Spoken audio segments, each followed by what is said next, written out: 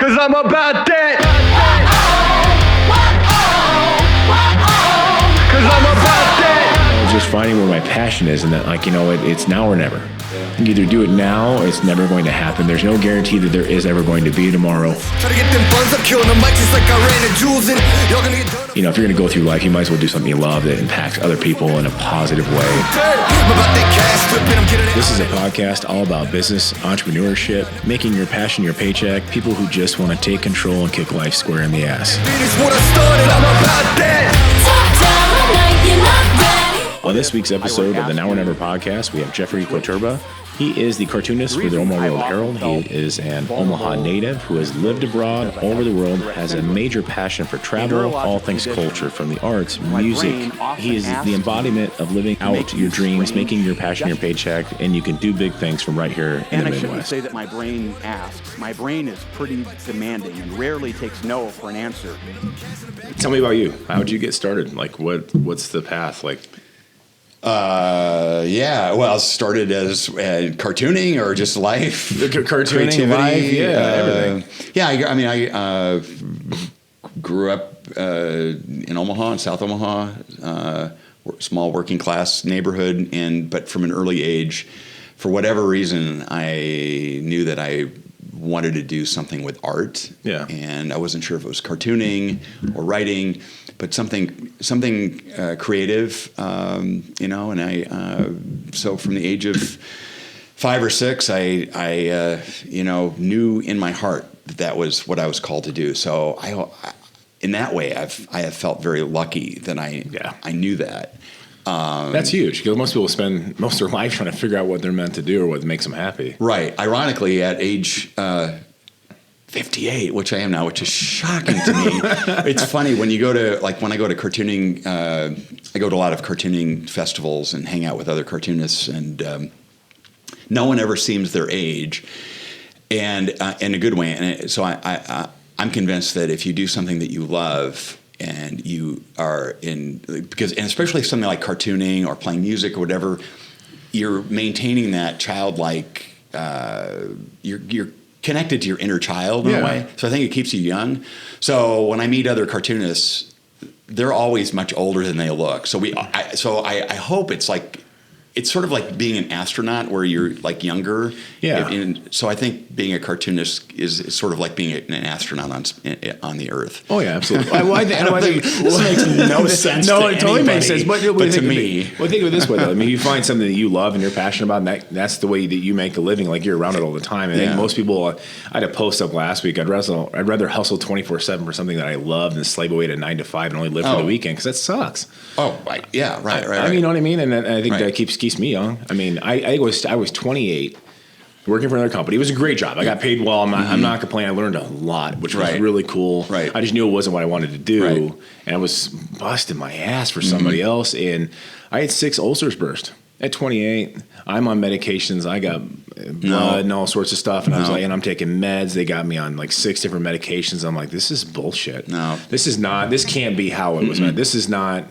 You know, that's where, like, well, you get your degree, you get a good job. Well, I got a good job, but God, it was going to kill me. And, you know, and honestly, that's what we had talked earlier, but that 08 housing crash and all the market crash, and I lost my ass on everything. I was like, well, shit. You know what? If I'm going to be broke, I might as well be broke and happy doing something that I love. And so let's just go for broke. And it put me into a bankruptcy, which sucked. It was horrible, but you know, I wouldn't do it any other way, honestly, because it's made me much happier than I was before. I mean, I don't have the same everybody sees this big company and all these stores across all these states that I've done, but I'm an entrepreneur, which means everything I make has to go back in. Right. There is no trust fund behind it, but at the same point in time, I may not have as much of the financial luxuries as I probably previously could have, but I'm a hell of a lot happier, and I can be with my kids, and I get to do what I like. So there's a lot to be said for that, though. Yep. You know, whatever that be, but especially with you, I think with the arts, that definitely probably keeps just a different a different kind of lifestyle. It's a different mentality around you, I would assume. Like I'm dealing with a lot of bankers and CPAs and lawyers, and I don't care how much you love your job. If you're around bankers, CPAs, and lawyers, eventually they'll suck a little bit of the life out of you. So I'm assuming you people you're around are probably a little bit more fun than that. Yeah, and you don't, people think. So as we talked earlier, I also went through some issues during the housing crisis when you line that up with divorce and some other things. Oh, yeah. It takes its toll, but it really. For me, it was sort of a reset, and it's funny because I was saying earlier that I knew from a young age that I wanted to be a cartoonist, but even at my age now, I still don't know what the next steps are, what the next chapters are going to bring. I assume I'll continue drawing cartoons, but there are like 40,000 other things that I want to do, and I'm excited about, and all those things take time. So maybe this is related to what you're talking about, maybe not, but like the focus isn't so much on. Believe me, I like having money and I want more, but people think if you work at a newspaper, you're not gonna. I mean, this is not the golden road, the golden parachute. Right. Yeah. But I think that's true for anything in the creative arts, or anything creative. Yes, you can make money at it, and I'm always looking for opportunities to figure that out. But that can't be the end. Obviously, the end goal. It's like, so I do a lot of creativity coaching, and my son came up with this term for me, creativity advocate, because I truly believe that everybody in some form is creative, and it breaks my heart when people say, at any age, oh, I always wanted to play piano and I never did it. Well, why? Let's talk about what that is. And maybe you're not going to do this professionally, but what is your reason for doing it? Is it just relaxing? Is it just getting you out of? I mean, there's a lot of ugly stuff going on in the world, and it's great to just have a creative project to dive into. Yeah. Anyway, I'm kind of off. But it's true. Actually, I worked on starting to write a book a couple of years ago, and it gets put on the shelf every once in a while. But I call it like 10 Minutes of Madness. And I had to do a speech for the nutrition company via a whole social thing a couple of years ago. And the guy said, "Well, what do you mean by that?" I said, "I think our day-to-day routines, even if you love what you do, can still crush you. The people around you, the politics of your organization, whatever you want to call it, I mean, all the crap that I have to deal with lines and credits and lawyers and all that kind of stuff can still crush my creativity. So 10 Minutes of Madness is taking 10 minutes a day in one or two different areas and focusing on growing your mind, whether that be writing a book, which I probably should make my 10 minutes doing that because that might actually make me money, playing an instrument, learning a different language. Yeah. So I'll spend 10 minutes on Rosetta Stone. I'll take 10 minutes with my guitar trying to rehash what I learned when I was 20, trying to pick up girls. This guitar player, I was like, yeah, let's do this. It had a purpose. 20-year-old Tim, made perfect sense. And so I got my guitar and I bought it and I got the thing. And so I was trying to take 10 minutes a day just to do something that has nothing to do with my job or making money whatsoever. Right. Whether that be listening to something new, learning a new podcast, whatever, take 10 minutes a day. I think people don't even take 10 minutes a day to learn something new.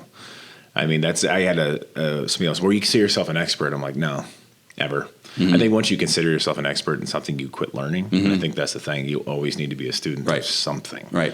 I mean, that's why my grandfather is 87 years old. I think he's 87 this year. He's still a practicing physician in the state of Nebraska. Wow. And he goes, why would I quit doing what I love? That's wonderful. And it's hard for my uncles. They can never retire because their dad's still working. So, I mean, it's funny, but he's always learning new techniques. He's learning new things. And it's funny that I'm like, God, I mean, that's such a great role model for me to have. I mean, this is a guy who just loves what he does, but still learning. This guy, he has a library.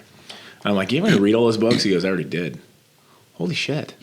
Like, when's the last time you read a book? I go, actually sat down and read one? Oh, God. That's embarrassing. I don't even know. I really just haven't taken time for stuff like that. So I think it's right that you need to keep the creativity going.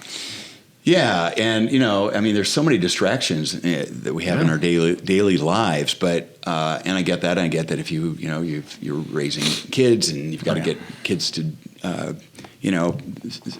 sporting events and all that. But my sister is an entrepreneur. My son's an entrepreneur. I come from a family of people who think that way. And I see they somehow figure it out. It's not easy. They've got kids. Yeah.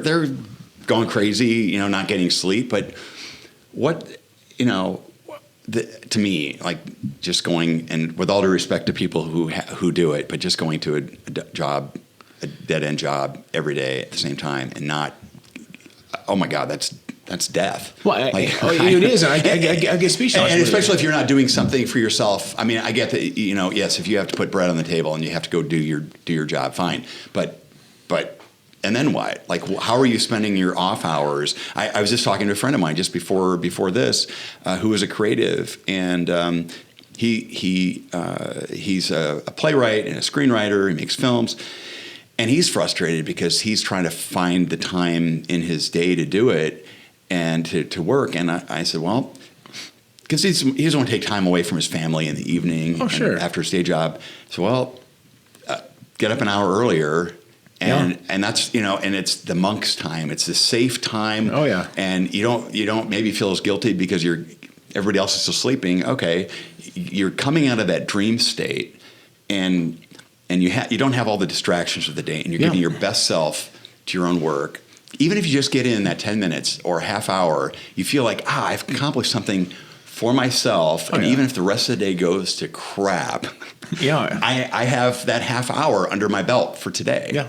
Well, and that's what I own 2 gyms, and I own the 20-some nutrition stores, and so I'm constantly doing. I work like nonstop. My kids know I involve my kids in the business because it's family business. But I told my wife, I'm like, listen, the day goes on, then I feel guilty if I want to go work out. Actually, like I really want to look like I own a gym. So if I say, hey, I own a gym, they're like, yeah, bullshit, bro. And so I'm like, but all of a sudden, my 6-year-old wants to go play ball. He wants to go play tennis. He wants whatever, and I'm like feeling horrible. I'm like, no, Dad's got to go do it. So I've been trying to get up at 5 a.m. to go do it. It sucks. Yeah, it really does. Yeah. I am on caffeine motivation 6 out of 7 days a week, but I got to get it in. I think energy breeds energy, and I want to get it out of the way. They're asleep. I mean, if he wants to get up at 5 a.m., bull. It's never going to happen. These kids go like an Energizer Bunny till they crash. But you got to find time, and when you want it, especially when there's a side hustle for entrepreneurship, it's never going to come during the hours that are convenient. Honestly, sometimes for me, it's after 9 o'clock at night, or it's prior to 7 a.m. That's the only time I can fit it in. Really, I mean, but you just got to find time to do it. Do you nap? I wish. I haven't had. I'm a big believer in naps. I think our culture, the American culture, does not appreciate the fine art of napping. Siesta. 100%. Yes. Yeah, and even like a 5 minute, 10-minute cat nap. Yeah. My dad was always a big fan of. He was a musician and an inventor, and was always talking about how Thomas Edison was like constantly working, napping. Yeah. And there's something about that, like just a quick 5-minute refresh. Oh yeah, no, I agree. It is. And the days I get to do it on a weekend, on occasion, I get like a good 30 minutes in. I am a whole new person. Yeah. I can't go to bed anymore at like 10 o'clock or 11 o'clock. I'm up, so I get productive. It's just trying to make it fit in and work. But it's also one of those. I think a lot of us, especially when we're busy, we're working, we have kids. So I feel guilty. It's a guilty thing. And I know I need to take care of me, but I got 6 kids. And I get it. Good God, it's one of those. But like my wife, same thing. We're both hustlers, is what we do. And but that's we going back to the point. Like people don't want to take time away from their family. Make your family part of it. I want my kids to watch me making my passion my paycheck. Right. I don't want them to ever get stuck in a dead end job that they hate just to work for the weekend, just to make the payments. Right. And I think it's a shitty way to live life. It's not how it was. Well, no, and that's kind of what I was earlier when I was thinking about that parent who says, I've always wanted to learn a musical instrument, but I've got kids. And well, then involve your kids, bring them into it. Well, so my wife's going to start teaching fitness classes again at our gym. So she's going to teach Latin dance aerobics. Apparently, I got volunteered. Latin dance aerobics. So to get people in the class, I apparently have to go to do the first one. Okay. This is not going to be good. The only time I dance is when I drink. Going to be on, they're going to publicize it. Unfortunately, this will be bad. This will be very bad. Do you dance? Not unless I'm drinking. Do you do it? So she'll do it. But so the first class, they weren't down there kind of practicing. My daughters went, my 11 and my 13-year-old daughter. And then honestly, they're like, well, this is part of what mom does. And our 19-year-old is going to go with. Yeah. And as I told our sons, if I got to do it, you have to do it. So now we're all going to go, and it's going to be horrible. But, it's going to be funny at the same time. And I think it's just involving your kids in what you do. I mean, that was a couple of years ago. My mom for Christmas wanted her 4 sons, me and my 3 brothers, to go to jazzercise.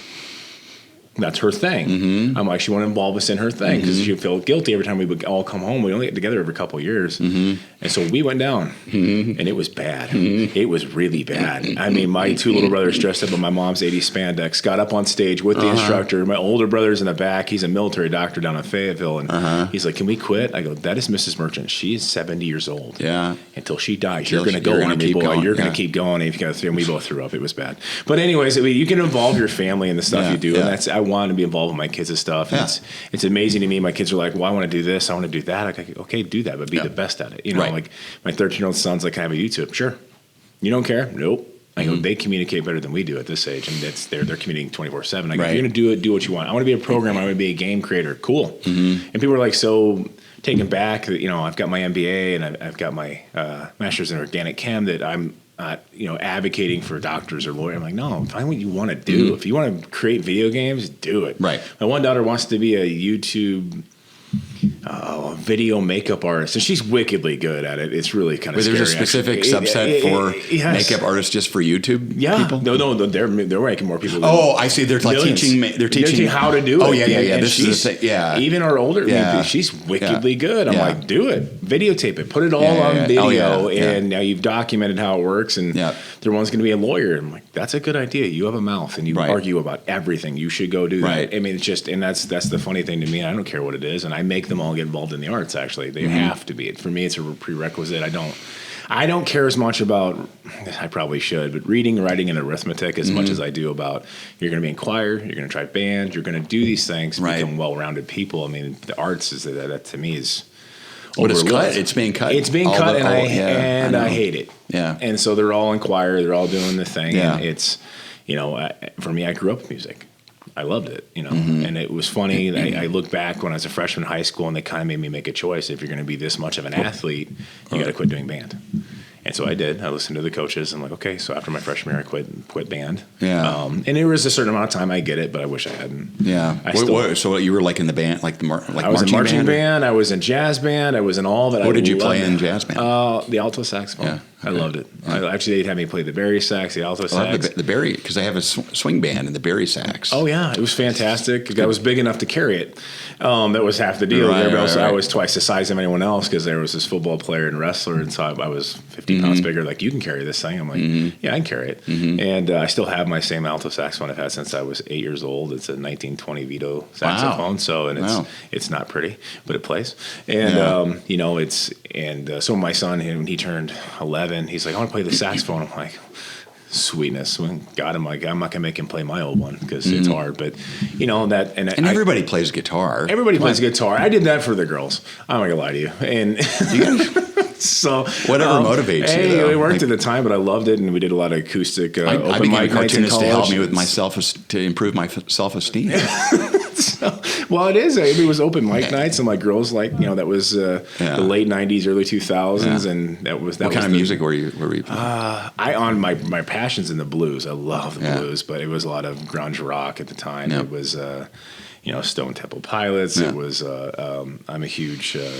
Evergreen, you name the band. I liked everything. I went from listening to Tupac and Biggie Smalls to a lot of Eric Clapton, Eric Clapton blues, B.B. King. Yeah.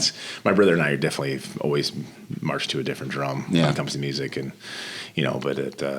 Or a different guitarist. Oh yeah, pretty much. Yeah. So but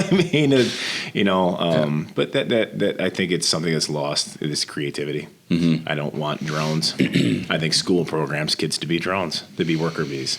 I don't want that for my kids. Right. I don't care as much about the grades. I care about the effort. Right. I think that's the right way to look at it. So you have a very different perspective because you've lived outside the U.S. You've lived overseas, and you travel a lot. Yes. I mean, how does that change your perspective on a lot of things going on, I guess, here, especially... That's a great question. I think about that a lot. Yeah. So when I was living in...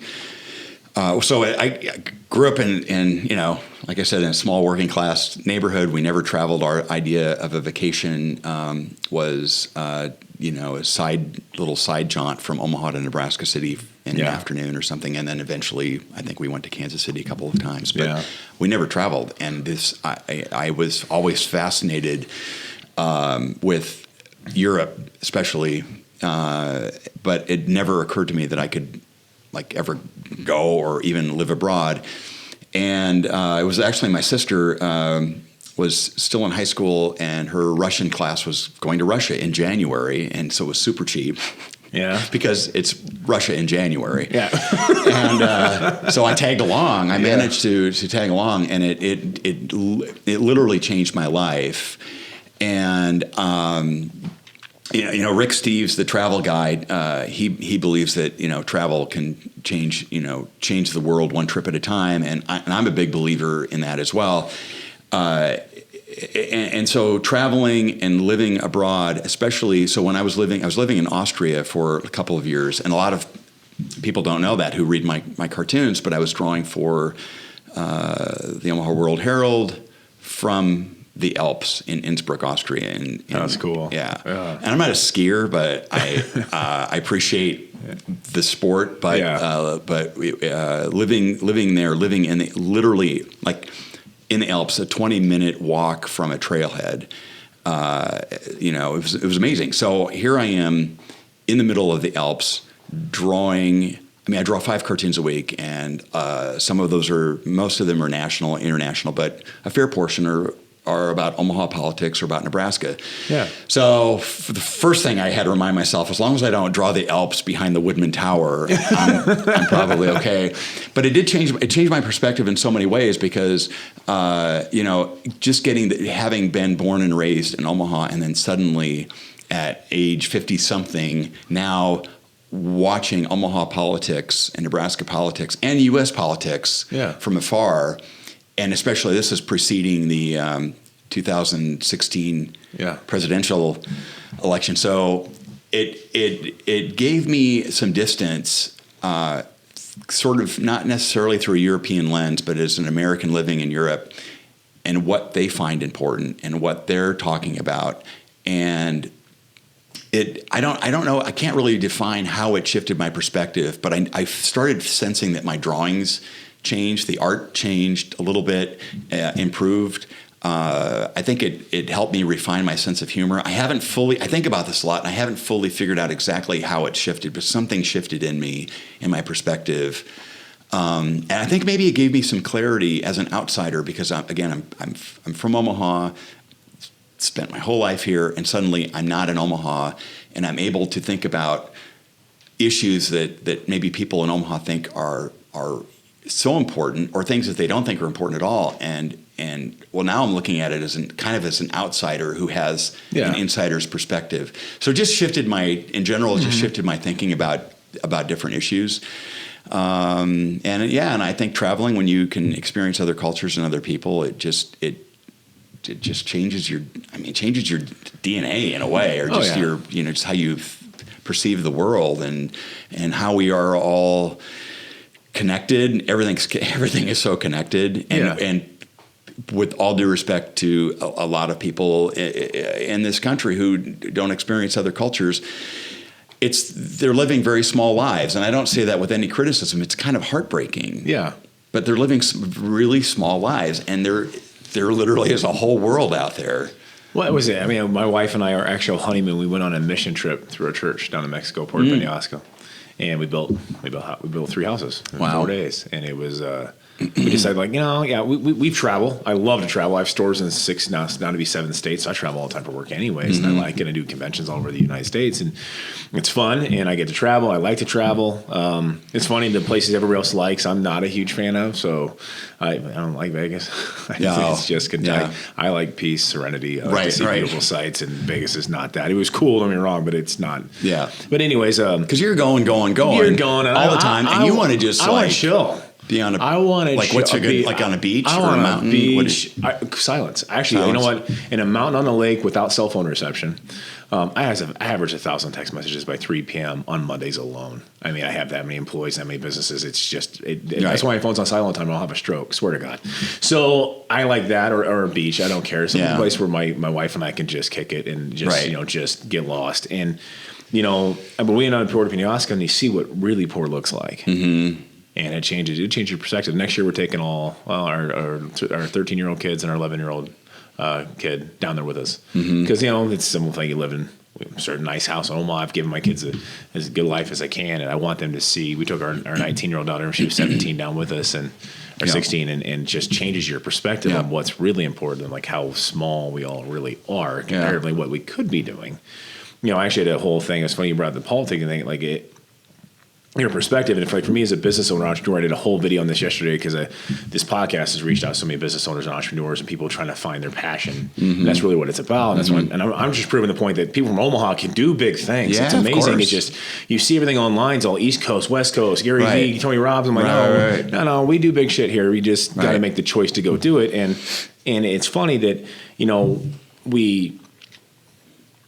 watching the impact that we could have, and it's from the politics, is I take a step backwards. I actually did this video yesterday live on my Keeping It Real with Rexius, is my unscripted iPhone holding like this video thing that people seem to like for whatever reason. And so I had six or seven business owners like, hey, look at my business, look at what I'm doing, like what's my problem? And I go to your personal page and I see 900 political posts.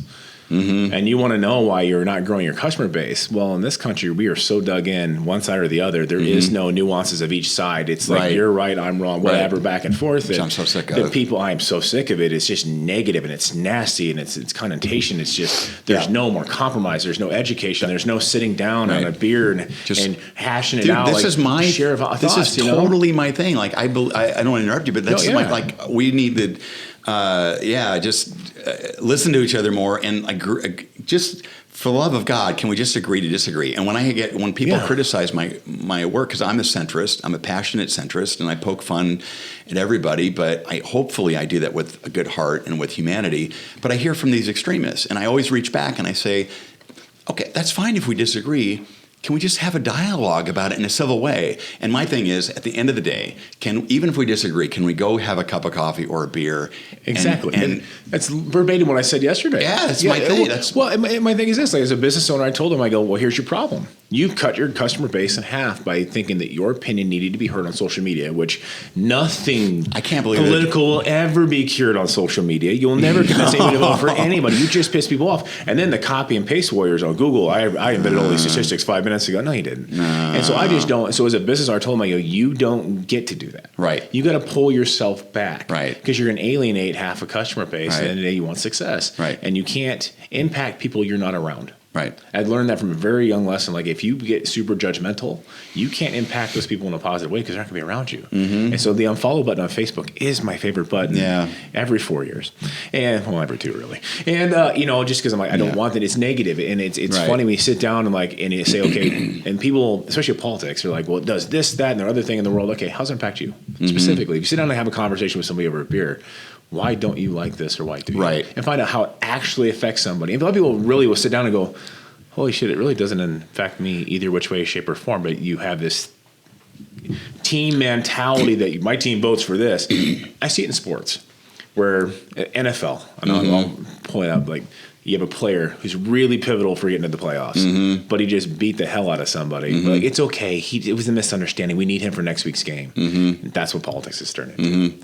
Make excuses because it's your team. And I think that's sad. I think it's sad. And so as a business owner, I told him, like, stay off of it. The fact that we have been friends for 9 years, and I probably disagree with about 90% of the stuff he's for. Sure. But he doesn't know. Yeah. I don't feel the need to go out and say, hey, I'm right, you're wrong, because I don't think I'm right about everything. I think that's the whole we learn. And you're 100% right, though. What civil discourse, what happened to it? And when I tell people, I'll say, okay, what did you do yesterday? Well, I went out to dinner. And how'd you get there? I drove in a car to get to dinner.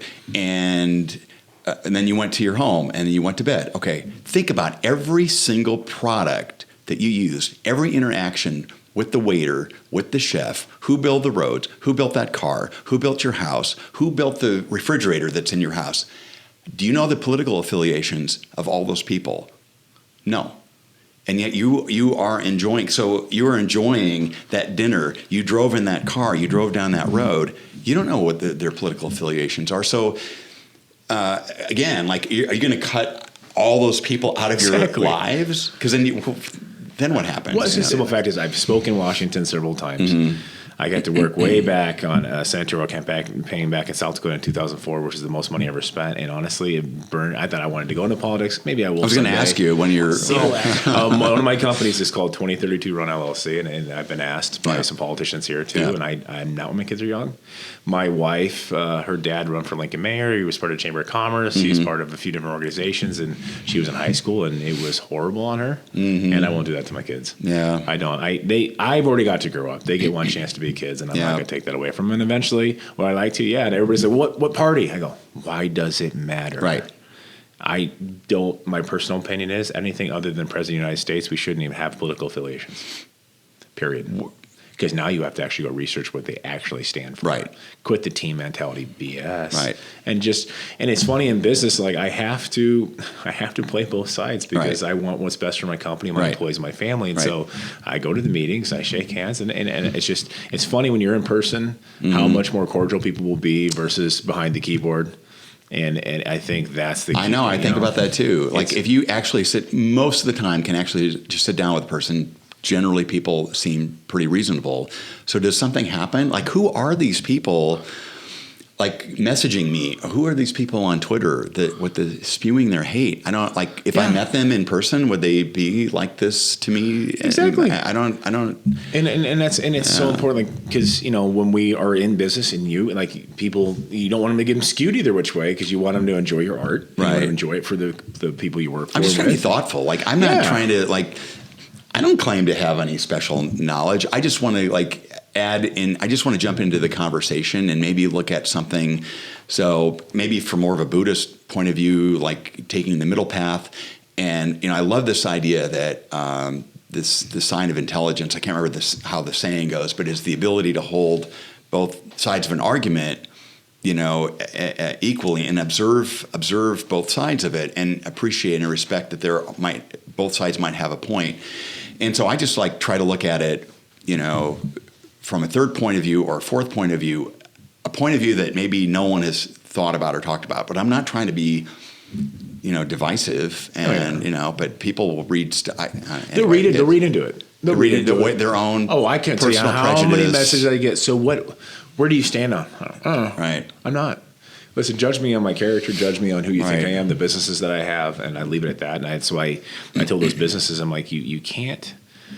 Right. When you want to be an entrepreneur and you want to be affecting the most amount of people, you can't start picking sides and stuff. You just can't. It's people will understand who I am by my character, by the way I conduct myself, by the life I live, the example that I am. I don't want to be somebody who's talk. I want to be somebody who's show. Right. And it's funny, like, Chad and I can spread, Chad and I, my camera guy, the man, we've been friends since we were 6. Yeah. And we're probably very much on different sides of a lot of things. And if that happened on Facebook, it would get nasty. Yeah. If it happens in person, it's totally fine. Yeah. I'm like, okay, it makes sense. And Chad and I have had conversations about different political things and maybe not quite agree on everything, but reasonable, wonderful human interaction. Oh yeah, and that's what travel. The traveling thing too. Just finding different perspectives is huge. And I said to everybody else, like, if you want to be in business, and somebody else like, I want to take this company national. I'm like, okay, cool. Where have you traveled lately?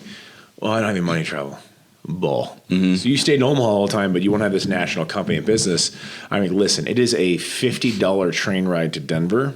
And it's about $45 to Chicago. What train? I go, oh, I'm sorry. Listen, I was so broke. Train was the only way I could travel sometimes. And in fact, sometimes I enjoy it because I can do it overnight. I can work. I hate planes.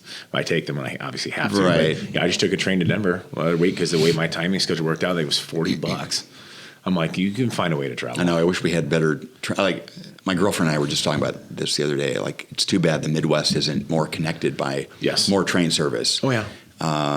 So it was cool because I was meeting all these people who are traveling across the country doing it. And I'm like, I mean, there's only so many routes you can take, and I love it. I personally love it. I've done it 100 times. In Europe, it's great taking you the train. You probably have a lot more travel access that way. I would assume. Yeah. Oh yeah, trains. Oh yeah. Yeah. So, well, it's funny. So you draw for World Herald now. Do you draw for anybody else? Is it just for you? Do you have what's the aspirations? Like, what do you want to do? Yeah. Well, I mean, my stuff that I'm drawing for the World Herald syndicated with Kegel cartoons to about 800 papers around the world. which means I get hate mail from around the world. No, so I've written a memoir. I'm working on a graphic memoir and a novel. Got the band, but I don't know. I'm going to start painting again. Yeah. Non-political stuff. I'm just so tired of we've been talking the political stuff. So there's so many other things that I want to just touch on in my art, and so I think maybe I'll be doing more painting soon. Yeah, that's good. Which is what I studied in college. Yeah. So this brings back a question. That's a question I get asked a lot. Actually, I'm going to ask you, especially for you, because you do have a very large audience. Mm-hmm. How do you deal with the negative feedback? Because that's something I get asked a lot. People just get paralyzed by negative feedback, and now it's nasty. It does. It does impact me. It really does. It really does. And I have not grown a thick skin, and I do read it, and I do almost always. I will reach back to the person, if it's on Twitter or an email or whatever, Facebook, and I will try to engage them, and I will say, hey, as I said earlier, can we at least have a civil discussion? Agree to disagree, fine, but I want to listen to what your concerns are. What are you upset about? And I'm not trying to change your mind, but this is just my perspective. And often the person will respond with surprise, like someone in the media actually wrote back to me, wow, and they'll say, generally I do like your work. That one really pissed me off. But there are those people who they don't want the discussion. They just want to keep being angry and hateful. And so I won't engage with those people. But it does take a toll. And I don't take it personally, but it makes me sad just kind of for the world that this is the world we're in. And it breaks my heart because I like meeting people. I like interacting with people. I like getting to know them. And I put myself out there, I'm all about vulnerability. So, and I do that a lot, even though it takes its toll. And I gave a TEDx talk about this. So I have Tourette syndrome, and that's one of the things I feel really vulnerable about. There are other things too, but I believe that we all have these vulnerabilities and these obstacles, and those can be the things that kind of lead us to deeper creativity. But I put myself out there every day with a new cartoon and with other work. And I'm a shy introvert, and I put myself out there. I give talks, I play music, and when you open yourself up to criticism, and the stuff that's really hurtful that I have a hard time with, the stuff that is said about me or written about me that isn't true. Yeah, and I feel like there's no way to defend it, and if you try to defend it or engage it, it almost makes it worse. It almost makes it legitimate. Yeah, yeah, and it's like, what has our world come to? That all these people just can say whatever they want, and there's that's the frustration for me, and how to get around that, how to engage with people, and especially when you're a public figure and you're in your business, that you are a target. It is. It's. I found I've had it. Ex-wife's family go on franchisees' business pages and leave nasty 1-star review comments, and there's nothing I can do. And I feel bad for them, and I just kind of let it go. So I'm kind of a line. If I realize that person just wants to be straight nasty for the sake of being nasty, delete and block. And that energy they're expending on negativity. My God. I know it's going to come from a lot of different ways. Some of it's competition. Sometimes it's whatever. I let those go. If it's somebody who genuinely is unhappy, I reach out. I told people it's a lot of work. Well, I'm busy. I'm like, I have 6 kids and 27 social media accounts. Trust me, I'm busy. But I reach out. How many social media accounts? 27 between all the business pages. You don't have enough. Instagram. I think you should add a few more. Gosh, shoot me. I hate it. I honestly probably wouldn't even have much for social media if I had the businesses. Yeah. But I know it's a love. I have a love hate with it. I reach out and I'm like, what? It was a Facebook thing. They gave a bad review. I'm like, what can I do to make it right? Right. And they're like, people were taken back. Like, who's this? Like, this is the president and CEO. They go, are you serious? Yeah. My name is on the door. There's a reason why I did that. Right. It was because I want to show it's important to me. And take responsibility. Taking responsibility for stuff that isn't even 90% of the time. It is not my fault. I know. And it costs me money to do it. I am no pride, but it is what it is. Dude, I totally know. I will say, when I was living in Innsbruck, it was nothing short of a miracle having, there was a 7-hour time difference, first of all. So I'd still get up at 6, 7 in the morning. It's still midnight here. No one bothered me. No one was calling me, asking me for a favor. No one was coming to my desk saying, "Hey, can you just whip out a quick birthday card for my cousin?" All that stuff takes time. So that was a miracle, like just having that time difference. And since moving back a few years ago, I feel like I still can't capture back those hours. But the other thing was the anonymity, and my German wasn't very good, and no one knew me, and it was kind of amazing. But I also felt like I was sort of disengaged a little bit, and so coming back and being able to be at a coffee shop and running into someone I know, or overhearing a conversation that someone is having and maybe using that into a cartoon. So yeah, got off topic there maybe. But, well, no, you're good, but it is. But you're, I mean, getting a little distance from things is good. Yeah, and not too much to be disengaged either. I think that's where travel comes in play. Right. The negativity. Like my son, he's got his YouTube channel, and he goes, "You have give a thumbs down." And we just started the YouTube. This can't be 2 weeks old. It's kind of basically I consider the archive library of all the things I'm doing that I just wouldn't focus. I'm mostly on the direct social media accounts. Right. I don't do much YouTube, and he goes, "How do you take that?" Because my son just looks devastated for me because he's a big YouTuber. Right. And I said, "Oh, simple. It's either A, somebody who used to work for me who's not happy. Mm-hmm. It's a competitor that maybe is not doing as well as I am. Yeah. Or somebody who just genuinely doesn't like me, and that's fine. I can't do. He goes, who would like you? I don't. Who would like me? I don't get it. And like, if I did something wrong, somebody tell me. I don't want that kind of. I believe in karma. I don't call it whatever you want. I believe putting out kindness and being kind to people is gonna. That's just a good rule to live life by. So if I've done somebody wrong, by all means, right. Other than my ex-wife, and I can't do anything about that shit. But I know what it is. It's that, and I go, you just can't let it focus. It means if you took the time to give me an extra view on YouTube, which eventually might make me money, and to put a thumbs down, thank you for the donation. I appreciate it. Leave it go. And it's just like YouTube's the worst because you can't tell who did it. At least on Facebook, it's an angry face. I can actually go look and see who it is. Right. And there are a lot of anonymous people though on Twitter, and there are. I've had it with Google reviews on my gym. Some guy my name's on my cartoon. Like if you don't like what I've drawn, that's fine. But at least tell me who you are. Well, so in the gym, we had a guy and I know who it is, but he went and gave us a nasty review on Google. Yeah. And made up a fake name. So my wife and I obviously. Who has the energy? And I said, listen, one thing is in our gym, I have a database of everyone's ever been in there because you have to sign a waiver. I go, well, sorry, I've never had anybody by this name ever in any of our gyms ever. Mm-hmm. I find this highly suspect. I knew who it is. But and you got to ask to leave. Yeah. But I'm like, at least say what it is. I'm like, I just want my kids like, if you're not willing to say it to somebody's face, don't say it. Right. Hey, so how do we? Karma. How do we? So I think about this. So how do we shift that in our culture? Is it in education? Is it in the family? Is it just in the culture? This idea, like all that energy that people expend on negativity towards others. Is it self-hatred? Is it the way they're brought up? How do we shift that? I think we're seeing a shift right now. And Chad and I discussed this morning, actually. I think social media has magnified the negativity, and I think it will also be the cure. A simple fact is, yes, people are negative in general, but in the end of the day, people are attracted to positivity. Why do people always want to be around the champion? Why do they always want to be around the guy who's the top dog or the guy who's the top dog? Because people are attracted to positivity and winning. And yes, negativity is easy because everyone seems to think that social media, that everybody wants to hear their opinion. They don't. They don't. Everybody wants to be negative on that. And I think eventually positivity wins. Yeah. That's the reason why I'm doing this. Honestly, I'm doing this for free. I'm not monetizing my audience. I'm doing this for free because people keep asking advice, and I keep it 100% as positive as humanly possible.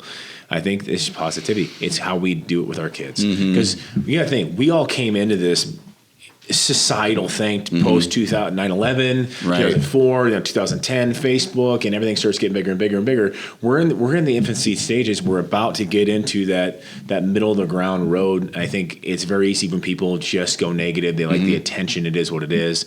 I think it's going to be flooded with more positivity. My kids are growing up with this, and they understand the damage that negativity can have because they're dealing with 24/7 bullying at school, and they understand they don't want anything to do with that shit. So I think as they get into the 20-somethings, they became the next generation that fixes itself because they don't want the negativity. They can't. They're mortified by it. They hate seeing it. They want nothing to do with it.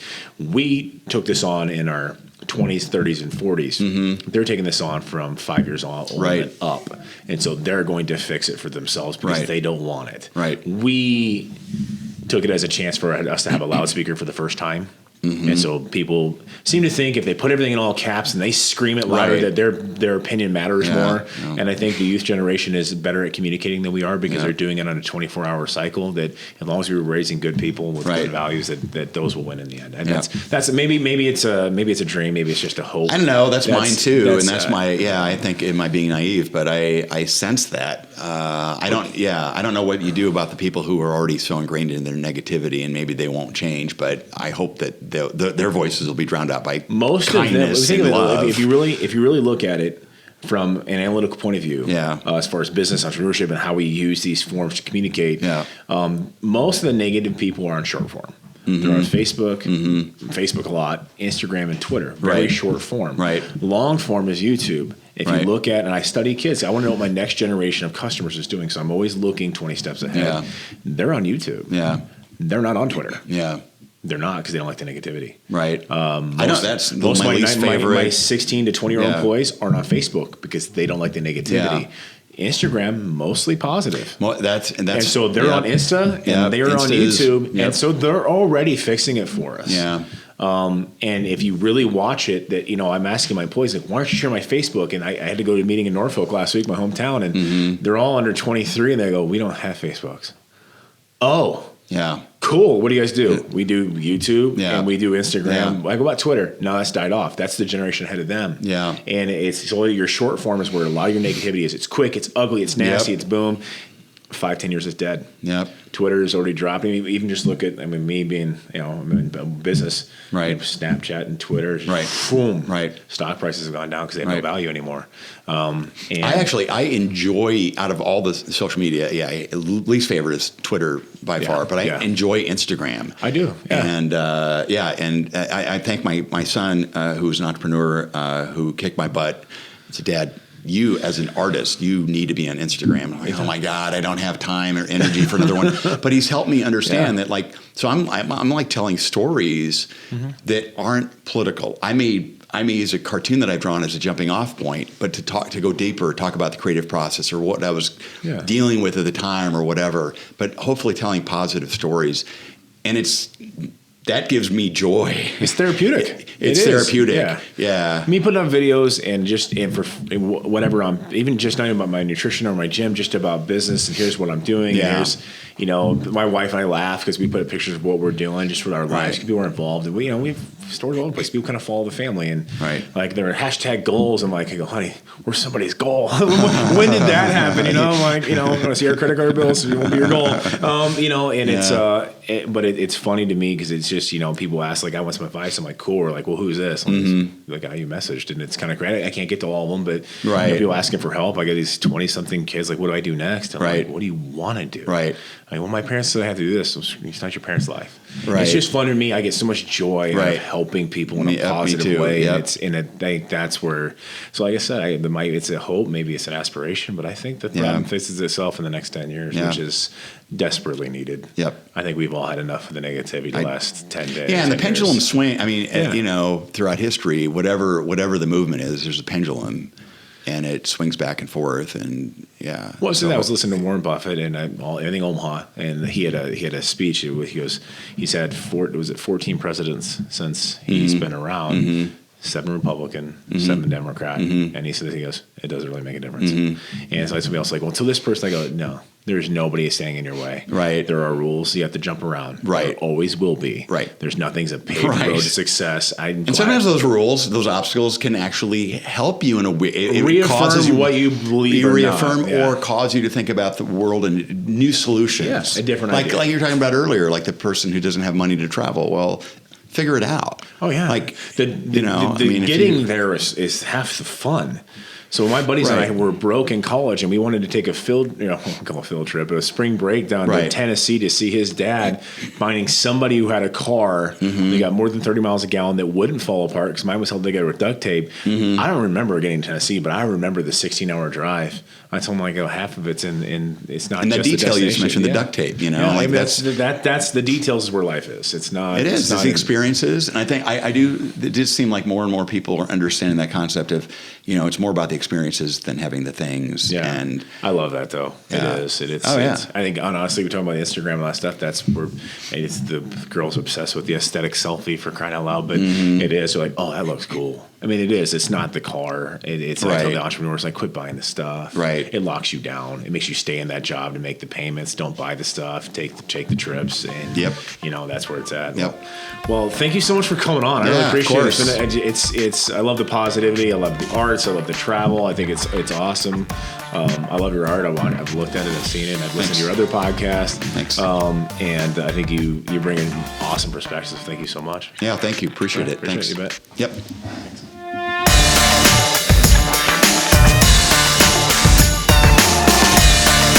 One of the most popular weight loss systems we have ever sold in our 10 years in business is the Thermovar weight loss system. People ask why.